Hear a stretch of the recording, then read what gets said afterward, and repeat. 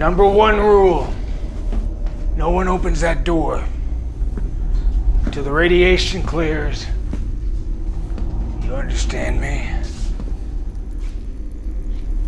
You want to survive? You listen to me. Okay, so Michael, unfortunately, in the world that we live in, this story is entirely possible. Iran has nukes, Pakistan has nukes, Kim Jong-il just passed away, we don't know what his son's gonna do. Considering sort of the truth of that and, you know, in context, how disturbing was this material for you to tackle? Well, it wasn't disturbing to shoot. I think the events that you're talking about are very disturbing. I think the future of our planet, our future of mankind is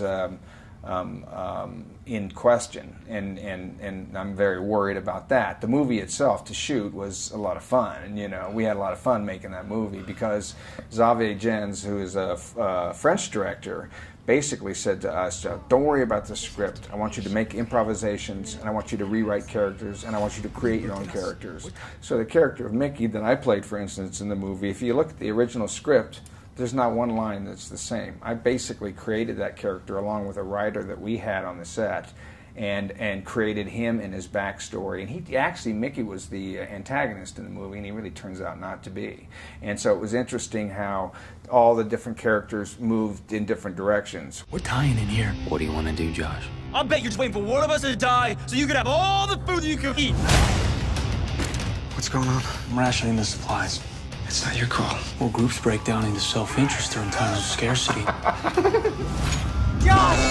Because everybody was doing improvs and Xavier started moving the camera around to interesting things, people who had scenes, who thought they were coming in and shooting a scene that day, and it was their big scene or whatever, Xavier would see something else, somebody else doing something more interesting, and the camera would start moving over there, which would piss off that person, so the actors started fighting amongst themselves. Madness was sort of a running theme in this film, considering that and like the depths of how deep and dark these characters went. I'm just wondering, like, how deep did you go? The animosity on the set was worse than any I've ever experienced, and the tension on the set. And I've worked with people always talk about, oh, Jim Cameron's is so tough, you know, and Billy Friedkin's such a tough guy to work with, and Val Kilmer's such a tough guy to work with, and Michael Bay.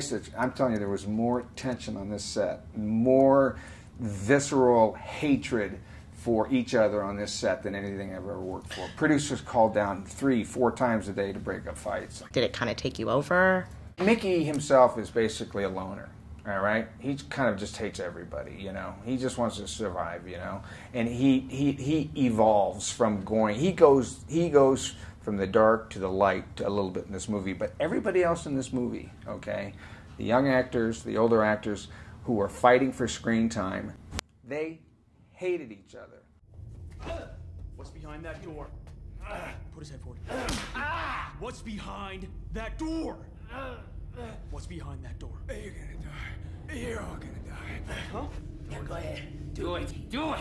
Do it. Do it. Do it. Go ahead. Do it. Go ahead. Go ahead. Go ahead. Do it. Do it. How's that feel? They took it back to the hotel, and at night we would sit around, and the actors would talk about that son of a bitch, that motherfucker. You know, like they hated each other, and they fought like cats and dogs for screen time on that movie.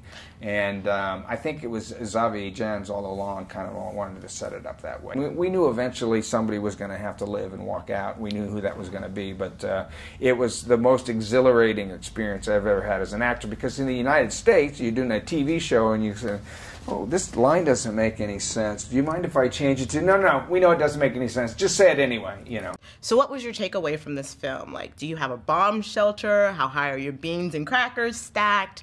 Did you take it home with you? Michael Biehn? Or yes. Are you talking about the character? You. No, I'm talking about you, Michael. I've got friends who've got bunkers and beans, and I go to them. I would go to them. You would go to them? Yeah. So you were disturbed by it? It didn't change me, but I'm very worried about the future of mankind. And in my lifetime, at least in the United States, the changes that I have seen in the United States are terribly, horribly disturbing to me. and agree I with don't that. think we have that much more time.